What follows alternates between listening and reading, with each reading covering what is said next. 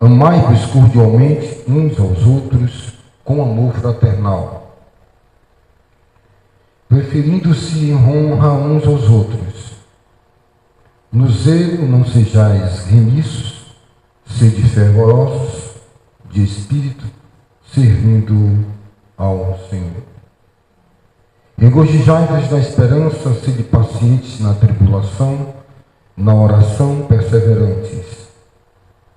Compartilhai as necessidades dos santos, praticai a hospitalidade, abençoai aos que vos perseguem, abençoai e não amaldiçoeis. Alegrai-vos com os que se alegram e chorai com os que choram. Verso 17. Não torneis a ninguém mal por mal, e só saibas por fazer o bem perante todos os homens. Se possível, quanto depender de vós, tende paz com todos os homens.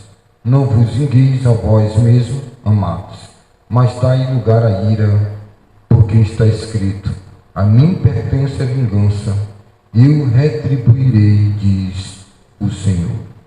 Amém?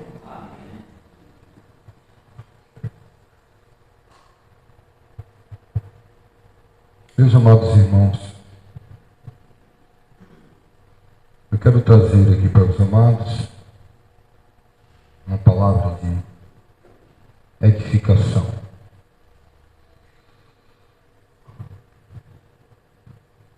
Nós estamos sempre insistindo, né?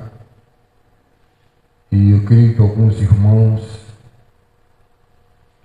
tudo indica que possa estar aprendendo. E a gente vai continuar batendo nessa tecla de ensinamentos até enquanto durar, né, o meu fôlego de vida. Né? Eu não vou me deixar ser seduzido, né, a abraçar aquilo que não é evangelho. Aqui nesse texto que nós lemos aqui, amados, o apóstolo Paulo, ele escreve para a igreja de Roma, um lugar de uma cultura de prostituição, de idolatria, um pequeno mundo do nosso mundo, uma simbologia da vida que estamos vendo nos dias de hoje. Era Roma. Essa é uma das cartas, um desses capítulos, esses versículos aqui, para mim é a síntese da vida cristã de qualquer servo abnegado do Senhor. O que me parece é que nós estamos, cada dia que passa, sendo seduzidos e tentados a viver uma vida cristã como um departamento de vendas de uma loja onde você deve bater metas. Um departamento de lojas de conveniências de eletrodoméstico, que ali o vendedor ele ganha uma porcentagem em cima do seu salário através das vendas que ele faz. É tanto que quando você chega lá em uma loja de retalho de tecido, ou em uma sapataria, ou em uma loja de material de construção, o vendedor manda colocar na nota fiscal. Eles perguntam: quem foi o vendedor que te vendeu? E aí coloca o nome do vendedor. Ele tem um código. No final do mês, quando for fazer o balanço daquela empresa, ali, naquele código, vendedor fulano de tal, ele vendeu 100 mil reais, ele tem lá 1% em cima das vendas, ou 0,5%, conforme a política daquela empresa. E me parece que não tem sido diferente com essa compressão que a religião faz para atingir metas. As pessoas elas buscam dons espirituais sem compreender para o que é o dom espiritual. É uma visão completamente humana. Os discípulos vinham discutindo no meio do caminho para ver quem ia ser o maior no reino de Deus. Essa doença, se posso assim usar, que é o ego, que é o orgulho, que é a natureza caída do homem, tem delineado a vida de muitas pessoas que tentam viver uma vida em Cristo Jesus. Eu vou tentar decodificar ao máximo para os irmãos aquilo que eu quero falar aqui para vocês. A competitividade, a vida de tentar ter um dom espiritual ou bater uma meta, é como se Deus ele fosse o dono da empresa e espera de você um desempenho, um desenvolvimento, uma desenvoltura além de suas capacidades. Isso chega a um momento que se torna algo insuportável e que muitas pessoas começam a ruir, porque não conseguem atingir essa meta. Agora, essa meta foi colocada por quem? A meta de você atingir o nível prata, o nível ouro, né? Existem aí perfumarias aí, onde as pessoas vendem perfumes, e elas vão atingindo. Eu sou nível prata, eu sou nível diamante. Ela vai ganhando a comissão e ela vai se desenvolvendo. Quando as Escrituras nos falam, irmão, de galardões, do prêmio, né, da soberana vocação de Cristo em Deus, não é sobre uma competitividade ou atingir uma meta ou uma determinada espiritualidade, um determinado grau. Né? Pegam até textos da própria Escritura Sagrada, né, para poder abalizar essa linha de pensamento. Não, Paulo foi um homem que buscou a Deus, chegou até o terceiro céu. Eu preciso me dedicar, e isso vai virando aquele mesmo espírito que estava no filho mais velho. Tenho feito tudo o que o Senhor manda, eu tenho me dedicado, mas esse seu filho aí que gastou os recursos, ele agora está gozando do prazer, gozando dos atributos, gozando da herança, gozando da graça de Deus. A graça de Deus, ela vai de encontro a essa vida da letra, a essa vida de que eu devo consagrar, orar e jejuar para agradar aquele Deus barbudo em uma nuvem branca. Isso vai pressionando a tal ponto, meus amados irmãos, que quando as pessoas não suportam mais, elas começam a tentar se consolar olhando uma desgraça na vida do outro. Elas começam a tentar provar que o outro é pior do que elas, porque ela está tentando atingir, em nome de Deus, em nome do Evangelho, um nível além da sua capacidade. Deus ele não quer que você viva nesse corpo carnal a vida de um anjo, irmão, porque você não vai conseguir ser anjo neste corpo corruptível. Deus ele deseja, através do Evangelho, que nesse corpo a gente viva a vida de Cristo, por Cristo, com Cristo e para Cristo, através do seu Espírito. E aí você coloca uma meta tão alta, que chega um momento que você desfalece, as suas forças vão se exaurir, porque quem é que está cobrando de você essa meta? O dono da empresa? O dono da religião? O pastor? O presidente? Que diz que você tem que dar mais, que você precisa orar mais. Isso se torna um sentimento de barganha tão cansativo que bloqueia o fluir da graça, o fluir do Espírito de Deus. Note bem, irmãos, que enquanto Pedro estava lá pregando o Evangelho, havia um Cornélio, amigo, desconhecido, que era visto por Deus, temente a Deus e recebido por Deus. Que quando Saulo estava perseguindo a igreja, havia um Ananias. A vida vai continuar, amigo. Você está aqui em Muritiba, tem gente em São Paulo, nos Estados Unidos, que vive uma vida normal, natural. Você não tem que aparecer mais do que ninguém. Deus ele quer que você vá para casa e viva a sua realidade. Quando você começa a ler o Evangelho, você vai ver Paulo dizendo: o que é que você tem que fazer? Ter paz com todos os homens. Ele está dizendo que você tem que virar um super-homem, atingir uma meta. Como era a vida da igreja? porque só tinha Pedro, Paulo, Barnabé, só havia Silas, só existia Apolo, e os outros milhões, e mil, centenas de irmãos, que não aparecem aqui em Atos. Não existia igreja, tem que aparecer. Alguém acha que o Evangelho é como a prateleira do panteão romano, do panteão grego? Uma prateleira cheia de troféu e de nomes? É a entrada de uma Câmara de Vereadores, que tem os vereadores, os intendentes da cidade, os coronéis e os prefeitos. É para lá que você quer ir? Tem uma praça com seu nome, tem um busto na praça em sua homenagem? É isso que é o Evangelho? Eu vejo aqui Paulo ensinando para pessoas simples um Evangelho simples. Eu não estou vendo aqui um Evangelho normal. Quando o apóstolo Pedro escreve: amados irmãos, não se metam em questões alheias. Onde é que você está se metendo? Para onde é que você quer ir? Olha essa balbúrdia. Será que há algo errado? O que é que está errado no Evangelho?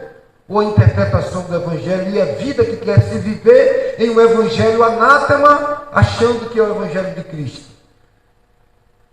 E aí fica pessoas que se sentem desprezadas, porque não pulou, porque não sapateou, porque não falou em línguas estranhas, porque isso é evidência de que tem Deus. Porque não tem um carro, não tem uma roupa, uma medida muito, uma meta de perfeição imbatível ou inatingível. E aí você vê escândalo ali, você vê escândalo lá, você vê pessoas desfalecidas. Por quê? Porque tem que passar na prova do Enem do Evangelho, tem que tirar o diploma naquele culto, tem que cantar um louvor e 3 irmãos têm que ser batizados, ou 10 ou 1000. Havia aqui em nosso país congressos onde se contava quantos crentes foram batizados com o Espírito Santo, e isso ia lá para a grade de curricular do pregador. Pregador fulano de tal pregou em Limeira, no congresso da mocidade, 900 pessoas foram batizadas com o Espírito Santo. Pregador internacional, conferencista, pregou no Maracanã e 100.000 pessoas aceitou Jesus. Era uma glória, isso ia para o currículo. E aí os outros que não conseguem atingir 10, nem 20, nem sequer 5, se sente um lixo. E eu observo aqui que havia ali uma Lídia purpureira, desconhecida da igreja, e apareceu ali naquele momento, costurava, dava roupa a quem não tinha roupa, e se não falasse de Lídia, você não saberia que havia uma Lídia, não saberia que existia um Cornélio. E quantos que não aparecem aqui, que existiu e que ainda existe? Por que essa glória de querer aparecer? Por que essa meta de voar com asas de anjos? Nesse pentecostalismo esquizofrênico, que coloca metas inatingíveis de perfeição de anjo, quando aqui as Escrituras nos ensina viver uma vida sem hipocrisia. Eu vejo um evangelho aqui muito simples, mas é tão simples que a pessoa busca uma roupa de fio de ouro. O evangelho é tão simples que tem que vir todo de branco, tem que passar 1000 anos no monte, 1000 anos jejuando. E quando alguém chega lá e diz: olha, Jesus é aquele ali, não, essa porcaria aí, não, tem que ser de Rolls Royce. Ele é simples demais, ele é muito acessível, então ele não tem valor, ele vem de Nazaré. Tem que ser alguém com um anel de ouro e uma pedra simbolizando a sua formatura de medicina ou de PhD em alguma coisa. E aí a gente vai colocando as metas que não são as metas de Cristo. São as metas de uma religião. E você não vai conseguir atingir essa meta, vai se encontrar vazio, estressado, agoniado, tentando que outros consigam uma meta que nem você mesmo conseguiu. E aí entra o grande panótipo de um olhar para o outro e exigir do outro aquilo que ele mesmo não consegue. Eles vão andando terra, céu e mar, fazendo prosélitos mais dignos do inferno do que eles. Eles não entram no reino e impedem aqueles que querem entrar. Eu não posso me esquecer nessa noite que nada vem por acaso e nada vem do nada. E que se talvez eu tivesse a oportunidade de fazer uma entrevista, aquele ladrão da cruz, eu ia perguntar a ele quem disse a ele que Jesus tinha um reino. Eu ia perguntar a Pedro, quando teve a visão, e ele disse: Senhor, desde a minha mocidade, eu sou observador da lei e nunca pus da minha boca um animal proibido. Você pensa que Deus escolhe pessoas esporádicas? Que as coisas acontecem sem um sentido? O ladrão da cruz disse: Senhor, lembra-te de mim quando entrares no teu reino. E eu me pergunto, quem disse aquele homem que Jesus tinha um reino? Herodes tinha um reino, César tinha um reino. Mas se Jesus tinha um reino, o trono era aquela cruz.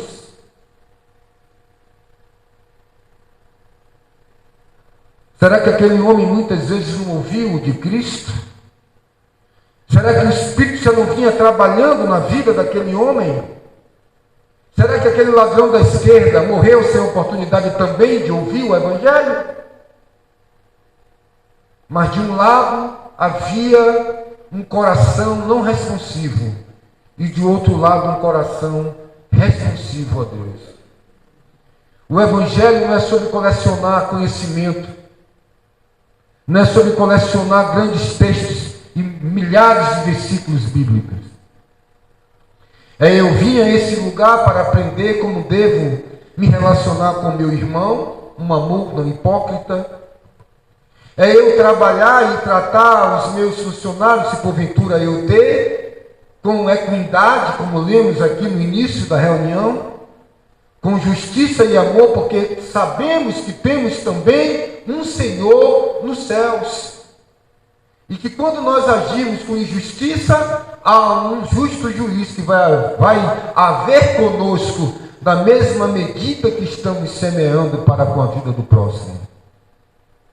Mas aí a meta é uma nova roupa, a meta é um novo curso. Eu preciso ter um conhecimento da geografia bíblica. Eu preciso ter na minha biblioteca o livro de Eusébio de Cesareia, Flávio Joséfo.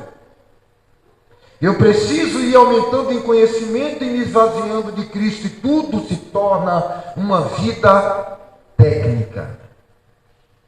Tudo se torna uma vida vazia.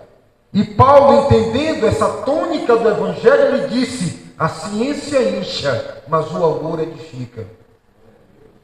Esse Evangelho simples já não funciona mais. Eu preciso de grandes festas. Eu preciso de grandes apoteoses. Eu preciso de palco. Eu preciso de globo de luz. Eu preciso de jogo de luz. Eu preciso de fogos de artifício. Eu preciso de peças teatrais. Eu preciso de ter um nome no cartaz para atrair multidão, porque Cristo não é a peça principal. Ele é apenas um coadjuvante. O profeta Isaías, em sua profecia sobre o final dos tempos, ele disse que 7 mulheres tomarão mão de um homem e dirão: apenas queremos comer do seu pão e ostentar o seu nome. Tira de nós o nosso opróbrio. Eles querem que Cristo? Não. Querem o nome de cristão? Sim. Querem o nome de evangélico? Sim. É a plenitude da mulher representando a igreja, 7 mulheres. Elas querem apenas um nome, o título, mas não querem o Cristo ressurreto. E aí segue-se essa vida vazia, onde muitos aplaudem e tem como o Evangelho de Cristo, cheio de metas a serem batidas, a serem cumpridas, um novo pregador, uma nova música, um novo show, e não há nada de novo debaixo do sol. Mas quando eu abro as Escrituras, eu vejo: amarás ao teu próximo como a ti mesmo. Eu venho e leio: alegrai-vos na esperança. O que é esperança? Não, a esperança é coisa nenhuma, preciso de um coquetel teológico. O encontro de casal, sim, é alguma coisa. Não em si o encontro de casal, mas colocar o coração num título.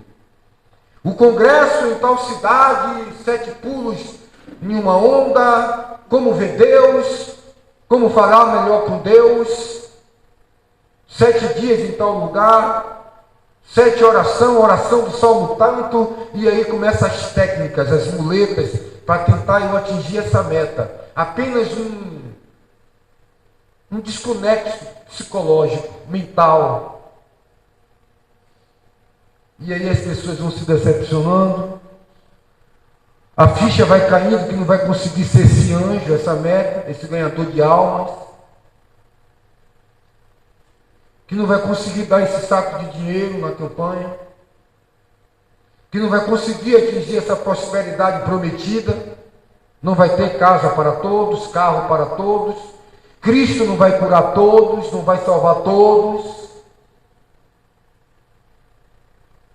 E aí as pessoas vão caindo a ficha, e aí deixa por não conseguir, porque a meta é muito alta, o nível exigido não é o de Cristo. Cristo está dizendo a Pedro: você, quando se converter, converte teus irmãos. 3 anos e meio não foi suficiente, andando com o Pai das luzes, andando com o ressurreto, andando com o Filho de Deus. Jesus ainda olha para ele e diz: quando te converteres, converte teus irmãos. Sim, aquele mesmo homem que andou sobre o mar, sim, aquele mesmo homem que expulsou o demônio na missão dos 12, depois da missão dos 70, aquele mesmo homem. Aquele que estava no Monte Tabor e viu Moisés, e viu Cristo, é esse mesmo homem, de tantas glórias, de tantas maravilhas, mas que vai sucumbir ali na esquina, com a primeira prostituta, ou com o primeiro problema que se agigantasse contra ele. E é só técnicas, é só uma Bíblia debaixo do braço, o dinheiro no envelope e um reunir. Mas o viver na prática de um evangelho simples não existe. Apenas título. Apenas figueira bela, bonita, frondosa, mas sem frutos. Não é lastimável isso? Se olhar no espelho todos os dias e entender que não é aquilo que Cristo quer que você seja, e você tem essa coragem de romper? Tem essa coragem de ser um indesejado, um incompreendido? Daqueles que acham que o Evangelho é qualquer outra coisa? Deus não quer que você viva nesse corpo físico a vida de um anjo. Que você tenha uma meta de santidade a ponto de se matar, como aconteceu com um pastor que não conseguiu cumprir essa meta, e debaixo daquela roupagem ele tinha práticas homossexuais, e por não conseguir atingir a meta, achava que Cristo não perdoava ele, e ele casou por aparência para manter aquela técnica da estrutura religiosa, porque ainda que você não seja, se você parecer que é, porreta, legal para a religião. Você não é, mas parece. É uma geração de enorex. Parece, mas não é. Passa, pode passar. Está enfeitado de filho de Deus. Mas na hora que chegar na porta estreita, e lá na hora da festa, quando alguém vê que você está com uma roupa diferente, mesmo estando dentro da festa, e alguém procurar o papel e dizer: o seu nome não está na lista, e nas bodas do cordeiro disse: quem te deixou entrar aqui? Como tu conseguiu entrar aqui? Eu pareço, eu expulsei demônio e curei enfermos, mas apartai-vos de mim que não vos conheço. Porque nem tudo que me diz Senhor, Senhor, entrará no reino dos céus. É muito duro depois de 50 anos nessa vida, e você chega agora e diz que todo aquele culto a entidades, a coisas, todas as religiões dos meus pais, eu aprendi, eu acreditei em tudo isso, e você diz agora que tudo é errado. Eu só tenho uma escolha a fazer: reconhecer você, Jesus, como Filho de Deus, quebrar tudo isso e entender que eu vivi uma ilusão e era uma mentira, ou chegar aqui agora e dizer que tu expulsa demônio em nome de Beelzebul e que tu é um Satanás, e é mais fácil para mim continuar com a minha mentira. Ou eu vou me esbagaçar e desaparecer no meu ego, ou continuo apenas com essa estrutura, essa fachada bela e bonita, e não ficará pedra sobre pedra. O coletivo está aí, meu amigo. Você vai segurar? Todos estão aí, bebendo desta água, e está ficando os remanescentes. Está ficando só os Elias na beira do rio Quirite. E a multidão está lá, adorando a Baal, toda Israel. Você acha que aquilo foi do dia para a noite? A escolha é sua. A fé que tens, tenha para ti mesmo perante Deus. Bem-aventurado é aquele que não se condena naquilo que aprova, mas aquele que tem dúvida é condenado, porque o que faz não provém da fé. E Paulo diz: a fé não é de todos. Deus me livrou da boca do leão, porém a fé não é de todos. E sem fé é impossível agradar a Deus. Porque aqueles que buscam devem saber que Ele é galardoador dos que o buscam. Se Ele recuar, a minha alma não tem prazer. Nós não somos daqueles que recuam. Que tipo de evangelho você vai abraçar? O das escrituras, o escriturístico?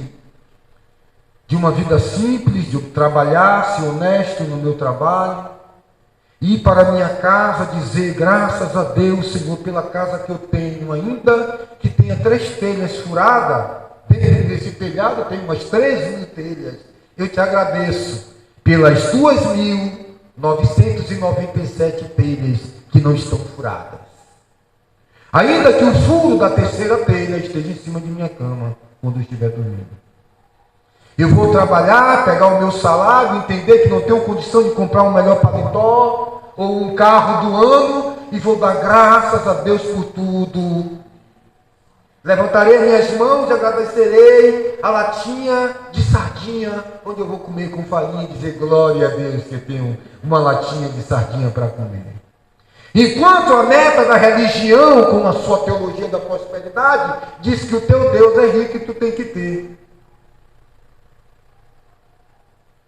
E a meta é alta, é regra sobre regra, e você vai definhando, você vai arrecifando o Espírito tentando trazer você para a água da vida, mas você está sendo assediado pelo brilho do ouro do Deus Mida, da mitologia grega. E você está sendo assediado por essas fantasias religiosas. E o inimigo vai aí se aparecendo como um anjo de luz e seduzindo a muitos nessa era de apostasia. E você? Titubeia na fé e diz: mas é tão belo e é tão glorioso. E Deus está ali, e Jesus está ali. Mas aquele ali quem é? Quem é? Quem é aquele? Uma raiz que nasce no deserto, sem água, engrunhada, assistindo o documentário das árvores da Caatinga, e o guia turístico dizendo: olha, essas árvores aqui, quanto mais sede ela passou, quanto mais aflição ela passou, são essas cascas grossas e enrugadas. E Isaías está lhe dizendo, sem aparência para que alguém o desejasse, uma raiz em terra seca, Mas você abraçou o Jesus loiro de olho azul da igreja racista católica. É esse Jesus no peito do jovem excêntrico rapaz no crucifixo. E aí, quando você não aguenta mais, faz como aquele jovem que se casou com um problema de dúvida sexual e querendo ser pastor e atingir a meta, as exigências, disse a sua esposa recém-casada que o amava. Ele não conseguia naquela luta manter o equilíbrio e estava cansado de manter a maquiagem e manter a fachada. E ele disse para sua esposa: amor, vai comprar pão para a gente tomar café?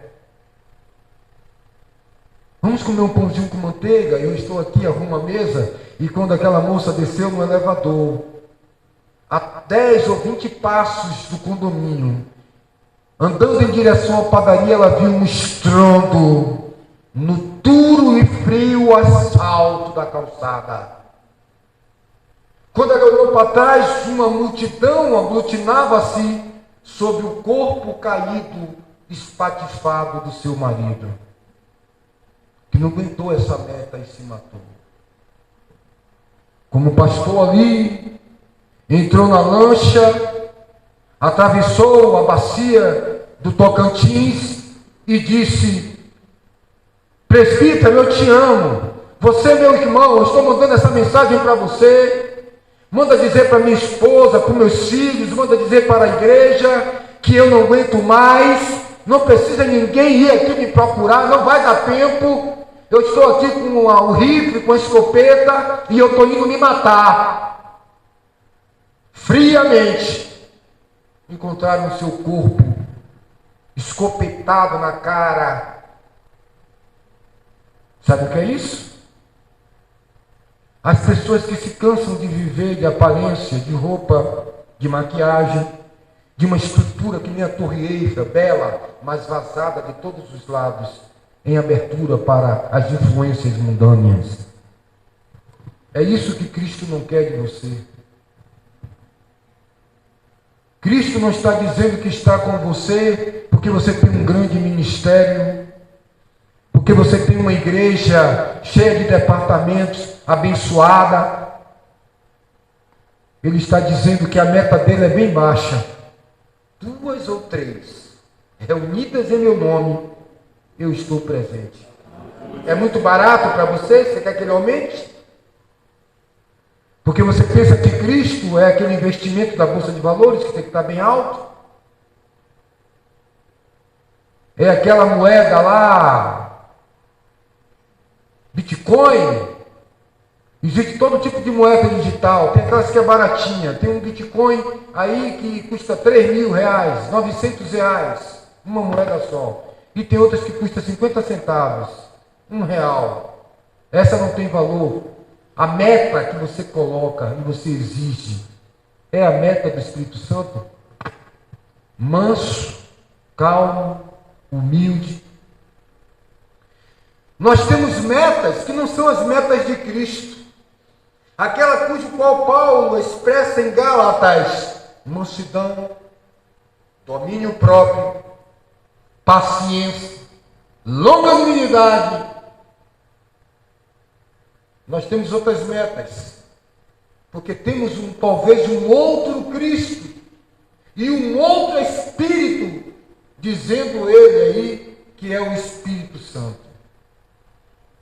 E aí, quando não se consegue mais, passa a viver qualquer coisa, menos a vida saudável de gozar da graça de Cristo, de não ser pesado para com o irmão, suspendendo a nota musical para ele tocar a garganta em um Fá sustenido, quando o pobre coitado canta em Lá maior, em Mi menor. E aí você se sente o maestro, o dono da igreja, que deve dar a nota musical, a saída do prumo na parede, o cordel de medir para todos. Temos uma meta fora da realidade, irmãos. Eu pergunto para você nessa noite, quem lhe deu essa meta? Quem lhe deu a meta de você ser médico e se esbagaçar todo para agradar a painho? Quem foi que fez você perder a sua juventude encarcado em livros para limpar o nome da família e tirar ela do enclausuramento ou da base da pirâmide? Meu pai, um dia vou ter dinheiro para comprar um carro para o senhor. Quem foi que disse? Suas emoções? Como se alguém aqui, ou se Deus precisasse de miríades e miríades de carneiro. 30 mil carneiros. 50 mil boi na matança. E Deus aparece e diz, para que isso? Miríades e miríades de carneiro? Por acaso, se eu tivesse fome, diria a você, minha é a terra e a sua plenitude. Salmo de Davi. Estamos com uma meta alta. Mas será que essas exigências que te oprimem é o Espírito Santo? É a letra que mata? Quando eu encontro aqui um evangelho tão maravilhoso, um Cristo meigo, um Cristo que diz assim, filho, vá para cá, vá para o teu trabalho. Você é pedreiro, você é médico, você é pintor. Seja feliz no teu trabalho. Seja honesto, justo. Se alguém fala mal de você, não fale como de ladrão ou de homicida. Mas se alguém está falando, denegrindo a sua imagem, se vós sois vituperados, é porque sobre vós repousa o Espírito da glória de Deus. Ninguém padeça como ladrão ou quem se mete em questões alheias. Eu quero essa vida aqui. Por que você pede e não recebe? Porque pede mal os seus desejos para manter um padrão, uma meta que não é a meta do eterno. De onde vêm as guerras? Não é dos vossos membros, do seu corpo, que é instigado pela vaidade da vida, da moda inverno, verão, do novo carro, da nova cor, da nova moda, do novo padrão de fachada de casa.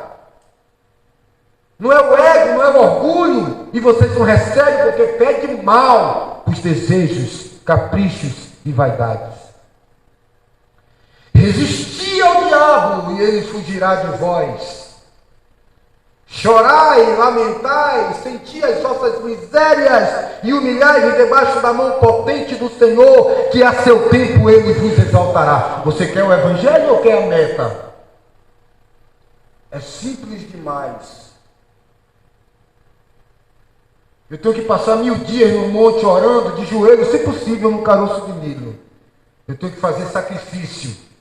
Eu tenho que chicotear minhas costas. Quando muito simples, o que Deus requer de ti, meu filho, é que tu deixes tua oferta sobre o altar e se conserte com esse irmão. É muito alto?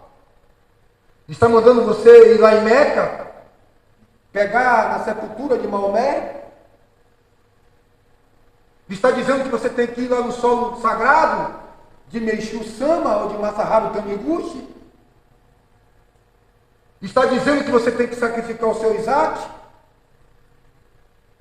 O apóstolo Tiago diz que o mandamento não está nos céus para que ninguém diga é impossível chegar lá. Está muito perto na tua boca e no teu coração, porque com a boca se confessa e com o coração se pratica. Mas a meta é muito simples, esse evangelho é muito simples. Nós queremos um rei, nós queremos aqueles que vai usar púrpura, nós queremos aqueles que vai dominar. E quando Jesus disse, não, meu reino não é deste mundo,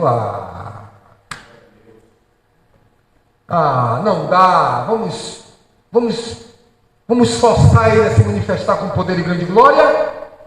E aí Judas disse, eu vou entregar ele de bandeja.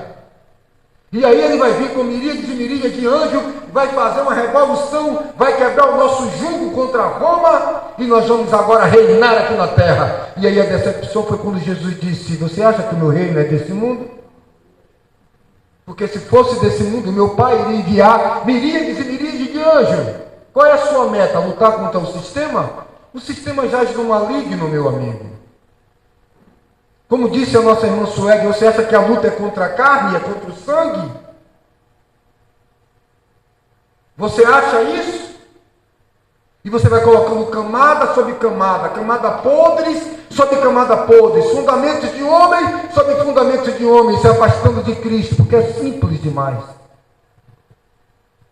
Não torneis a ninguém mal por mal. Esforçai-vos por fazer o bem perante todos os homens. Se possível, quanto depender de vós, tende paz com todos os homens. Depende de você? Pronto, tenha paz. Não depende de você, dorme em paz. Não, mas eu não posso ser pedreiro, eu tenho que ser engenheiro. Não, eu não posso ser pintor, eu tenho que ter uma profissão que ganhe mais. E aí você vai colocando metas e metas e metas e metas. Eu não posso ser varredor de rua, porque é um trabalho ínfimo. Não é. E se não existisse lixeiro? Se não tivesse quem limpasse, porque um nasce para limpar, o outro nasce para sujar, nós não poderíamos andar na cidade de Muritiba, porque na 10ª-feira de sábado estava de ratos, de peste bubônica e doenças que já estava batendo mais das canelas naquela feira. Porque você pode ir lá, em 3 sábados, se os galinhos estão de greve, aquilo ali, se chover, vira uma lama podre, que você gosta de cheiro de batata podre com repolho. Se todo mundo for seguir as metas, como é que fica? Se nós não entendermos o que é o Evangelho de Cristo, eu renuncio ser pastor, irmãos. E cada um segue o caminho daquilo que brilha mais, ainda que seja um falso ouro. Porque o que nós estamos vendo aí é a sedução do mundo e o demônio reinando em nome de um espírito que não é o Santo Espírito de Deus. E são muitos que serão enganados. Sabe por quê, irmãos? Porque não nasceram da água do Espírito. Porque não querem entrar pela cidade pelas portas. Estão aí com suas metas, mesclado com uma religião, ainda intoxicado com uma visão de crescimento, quando Cristo não tem dado esse crescimento. E quando eu leio em Atos dos Apóstolos que Deus acrescentava os que haviam de ser salvos, e ali havia uma igreja dentro dos moldes, muito simples. Qual é a dificuldade de eu vir para cá? Eu trabalhar ali na prefeitura, pela manhã, pela tarde, ir para minha casa, viver a minha vida normal. Eu tenho que ser um super-homem? Você tem que conhecer todos os acordes? Você tem que ser um Paganini? Tem que ser o músico dos músicos, o Baden Powell? O Sebastian Bach? O Beethoven? Ter aquela casa que você tem, viver, uma coisa é Deus tirar você de um lugar para o outro, outra coisa é você dar graças a Deus e no tempo de Deus, Deus lhe dá tudo o que Ele acha que você pode ter sem se perder. Porque a riqueza de Deus não acrescenta dores. Mas aí Deus vai nesse tratar, irmãos, e a gente não vai entendendo. Vai criando nossas próprias metas, dizendo, não, Deus me quer assim, Deus? Quem mandou você fazer isso, meu filho? Quem mandou você? Não, Senhor, eu pensei que tu queria. Quantos casos desses nas Escrituras? Quem mandou você pegar na arca? Mas a arca ia cair, a arca ia quebrar. A arca é o Senhor, é a sua presença. Você acha que eu sou um Deus caído? Caível, que posso cair? Que vou precisar da sua ajuda? Por que você faz aquilo que eu não quero para você, que eu não mandei? Você nem me perguntou se você devia ir para ali ou para lá? Você criou essa meta. Quando você deveria dizer, se o Senhor quiser e se Ele permitir, realmente somos do Senhor e Ele tem liberdade de entrar, chegar quando quer em nossa vida? Ou é aquela metazinha de mentira? É aquele seminário onde temos uma meta de batizar 1000 pessoas no final do ano. Você já fez isso? É aquela meta de ler a Bíblia anual, cheio de metas. Não é ler a Bíblia toda que vai te levar para o céu, irmãos. É praticar só amar ao próximo como a ti mesmo e cumprir toda a lei e toda a Bíblia. A meta é simples. Não adianta ler como um livro metódico, cheio de métodos, regra sobre regra. Assim estava Israel. E Deus enviou o profeta para falar com aquela nação. Esse não é o jejum que eu escolhi. Não é nada disso, eu não estou entendendo o sentido, o propósito. Estou navegando só na letra.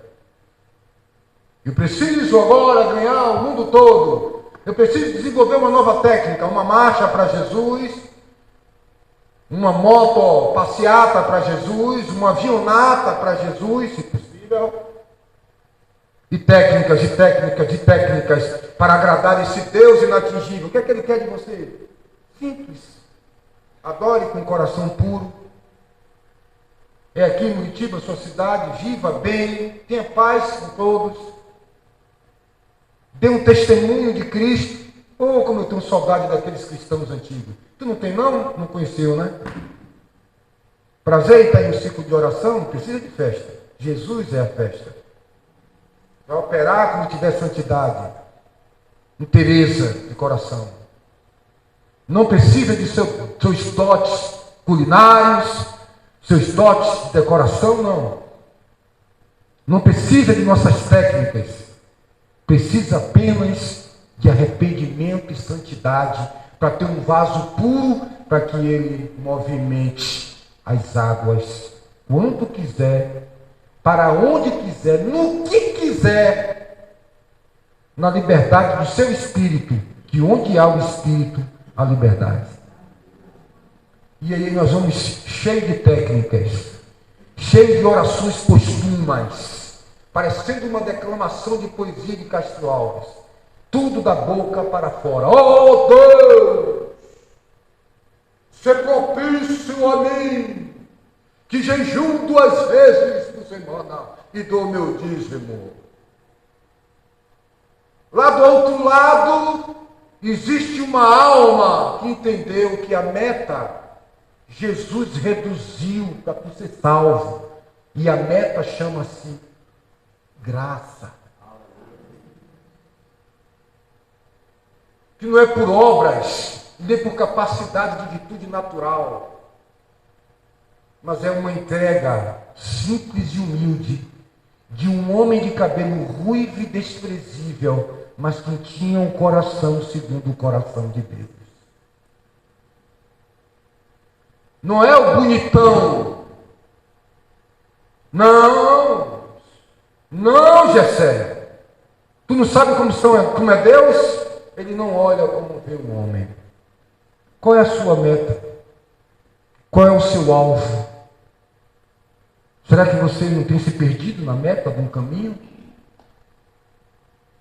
Será que você não tem sido se assediado?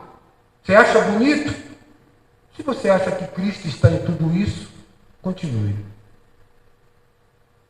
No oba-oba, no movimento, nas técnicas, na meta que você colocou. Tenha paz em seu coração e não tenha dúvida. Tenha fé. Mas eu conheci esse evangelho, irmãos. De ir para um culto normal, com 1, com 2 ou com 3 na lama, no mangue. De ir no ciclo de oração sem se preocupar se tem 50, 30, 20 irmãs. De vir em uma campanha de consagração sem se preocupar de quantos estão ali. Não. De estar feliz, não temos prata nem ouro, mas o que temos te damos. Sem passar por necessidade, tanto como ter o caviar como o ovo frito. É sobre isso que falamos aqui. A meta e o equilíbrio é a graça de Cristo. Eu quero orar por você nessa noite, para que cada dia que passa Deus possa convidar você a abraçar as metas de Cristo, porque o tempo se aproxima. Essa semana eu conversava com o diácono, eu disse para ele: olha, meu irmão, está chegando o tempo que vai ser inviável muitas reuniões. Inviável, insustentável. Os que são não vão conseguir manter estruturas, porque o evangelho é simples. é uma vida de oração, de humildade, de amar o próximo, de não julgamento, de desligamento para com as coisas do mundo. Tranquilo, ó irmão, mantém paz, irmão, calma. Ó, você não vai responder por ninguém, calma.